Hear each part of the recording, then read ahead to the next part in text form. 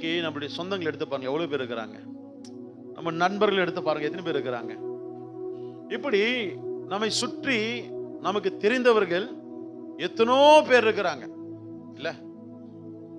எவ்வளவு பேர் இருந்தாலும் ஆபத்துன்னு வரும் பொழுது கூட ஒருத்தரும் இருக்க மாட்டேன்றாங்க. நீங்க நியூஸ் எடுத்து பாத்தீங்கன்னா எவ்வளவு ஆக்சிடென்ட், எவ்வளவோ ஆக்சிடென்ட். நைட்டு தூங்குறவங்க காலைல எழுந்திருக்கிறது இல்லை. எங்க பார்த்தாலும் கண்ணீர் அஞ்சலி போஸ்டர்ஸ். இந்த மரணத்துக்கு வயது வரம்பே கிடையாது. அப்படிப்பட்ட காலத்துல நம்ம வாழ்றோம். என்னமா சாப்பாடு சாப்பிட கூட இறந்து போயிடுறாங்க. பணம் இருக்கு, ஆஸ்தி இருக்குது, அந்தஸ்து இருக்குது, பேர் இருக்குது, புகழ் இருக்குது.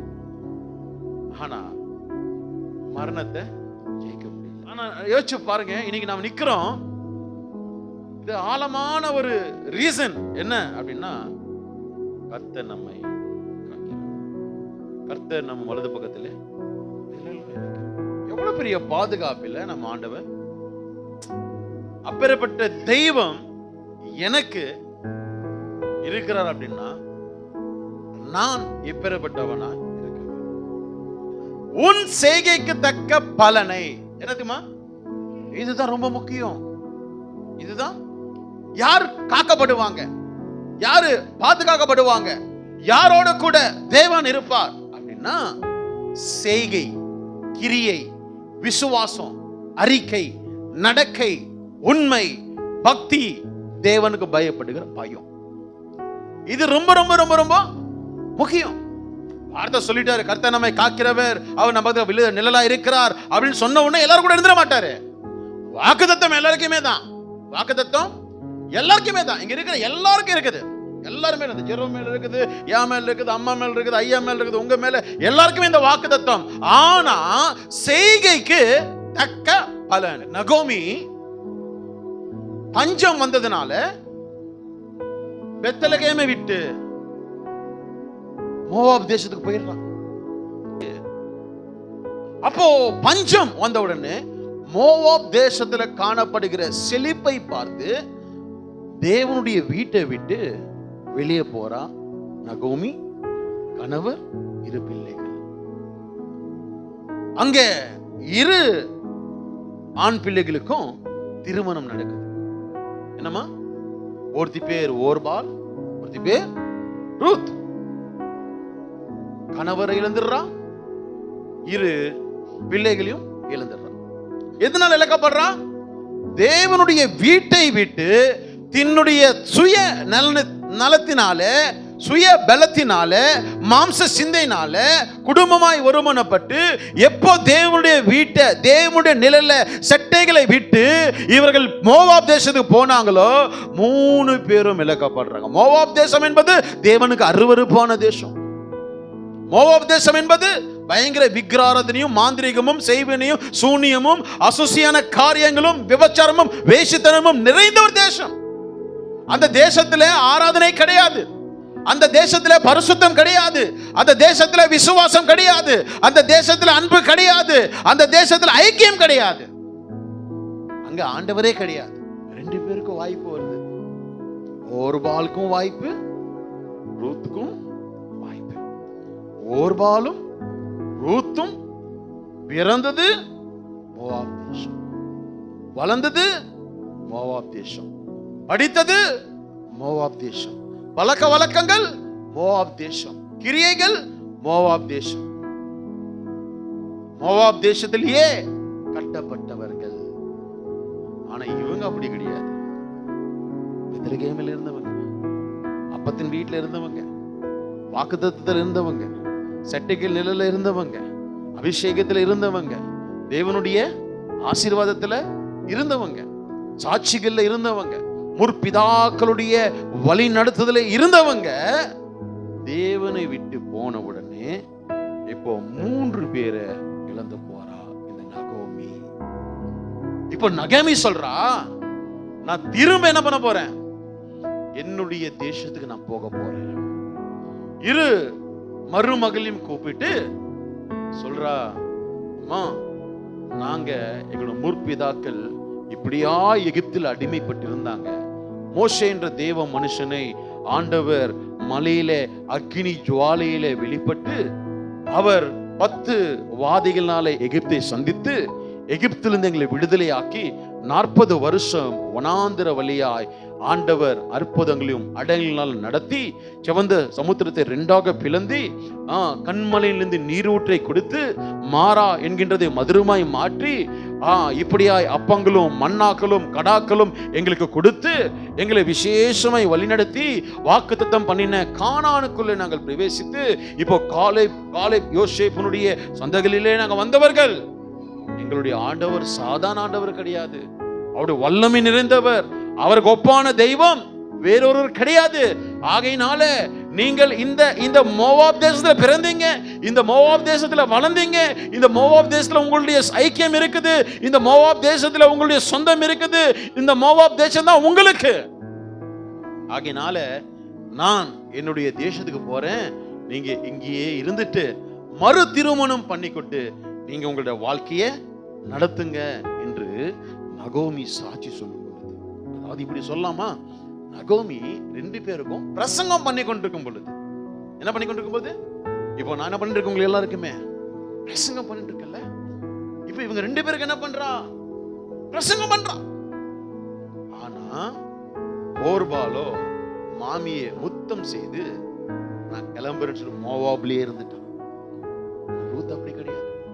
இந்த பிரசங்கத்தை கேட்டு, ஐயோ இப்பேற்பட்ட தெய்வம் உங்களுக்கு உண்டா, இப்பேற்பட்ட தெய்வம் ஒருவர் உண்டா, அடே நாங்க பொம்மைகளை சிலைகளில சூனியம் செய்வீன இப்படியான காரியங்களை செய்து கொண்டு நாங்க இப்படி வளர்ந்தோமே, ஐயோ இல்ல இல்ல, இனிமே உம்மோட கூட நானும் என்ன பண்ணுவேன், உங்களோட தேசத்துக்கு வருவேன்.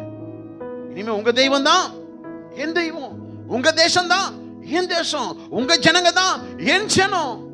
சொல்லுவா, இல்ல இல்ல வேணாம், வராத, இனிமே என்னால என்ன பண்ண முடியாது, பிள்ளையை பெத்து வளர்த்து அது வயசோட நீங்க திருமணம் பண்ணிக்கோ. ரூத் சொல்லுவா, மரணமே அல்லாமல் வேறொன்றும் உம்மை விட்டு என்னை பிரிக்கலாகாது சொல்லி சம ஸ்டேட்மெண்ட்ல இது வச்சு பாருங்க. ஒரு பிரசங்கத்துல பிறந்த ஊரு, வழக்க வழக்கங்கள், சொந்த பந்தங்கள், எல்லா கிரியைகள் விட்டு பிரசங்கத்தை கேட்டு உணர்வடைஞ்சு விசுவாசித்து இந்த மோவாப் தேசத்துல அந்நிய பெண்ணை சேர்த்துக்க மாட்டாங்க. எங்க பெத்லகேம்ல என்ன பண்ண மாட்டாங்க, சேர்த்துக்கொள்ள மாட்டாங்க. புதிய ஏற்பாட்டு மாதிரி பழைய ஏற்பாட்டு கிடையாது. ஆனாலும் ஆண்டவரை நம்பி என்ன பண்றான், ஆண்டவரை நம்பி மாமியோட கிளம்பி ரூத் கடந்து வரா. இப்போ தேவனை நம்பி வந்ததுனால இப்ப எங்க வந்திருக்கிறா, தேவனை நம்பி வந்த, அதனாலதான் இந்த வார்த்தை சொல்றது, உன் செய்கைக்கு தக்க பலன். என்ன அந்த செய்கைக்கு தக்க பலன்? இன்னைக்கு நம்ம சுயம் சாக மாட்டேங்குது, மாம்சம் சாக மாட்டேங்குது, கோபம் சாக மாட்டேங்குது, பாவம் சாக மாட்டேங்குது, கிரிய சாக மாட்டேங்குது. எவ்வளவு பிரசங்கம் பண்ணாலும் ஒரு கீழ்ப்படுதல் கிடையாது, எவ்வளவு பிரசங்கம் பண்ணாலும் ஒரு விசுவாசம் கிடையாது, எவ்வளவு பிரசங்கம் பண்ணாலும் அதுக்கேத்த தாழ்மை கிடையாது, எவ்வளவு பிரசங்கம் பண்ணாலும் அதற்கேற்றபடியான என் வாழ்க்கையை கட்டிக்கொள்வதற்காக முயற்சிகள் கிடையாது. எல்லாருக்கும் இல்ல, சிலருக்கு, எல்லாருக்கும் கிடையாது, சிலருக்கு.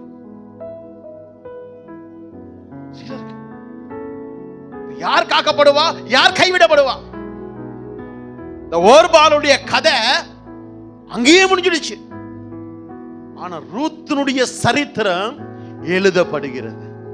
இன்னைக்கு உன்னை கட்டிக்கொள்வியா, இல்ல ஓர்பாலை போல உன் கதையை முடிக்கத்தக்கதாக புல்சா வைக்கத்தக்க கிரியையில கட்டிக்கொள்ள போறியா?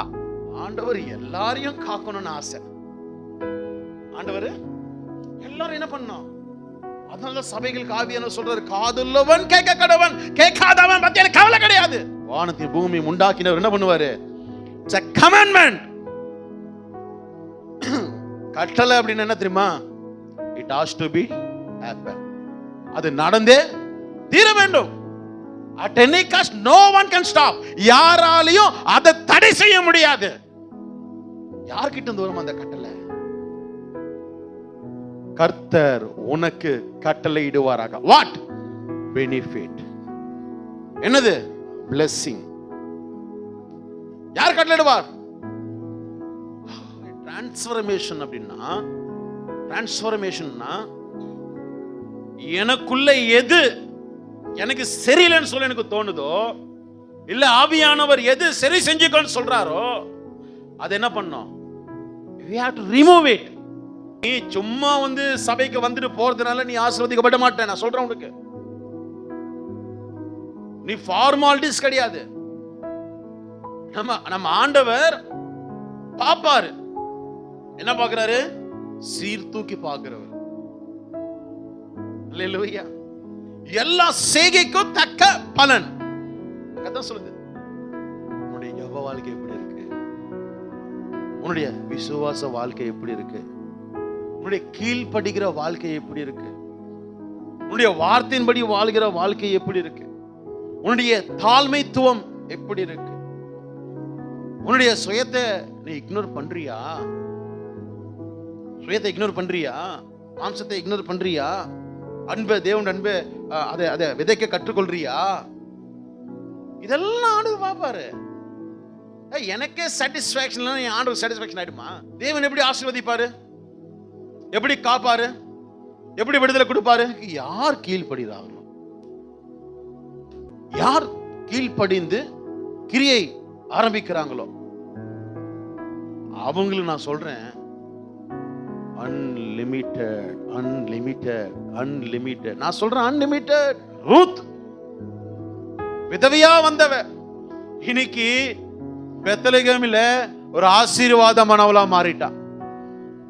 ரூத் மோவாபிய தேசத்துல பிறந்து வளர்ந்து இப்போ புதிய ஏற்பாடு எழுதுகிற சரித்திரத்துல இடம் பிடிச்சிட்டா.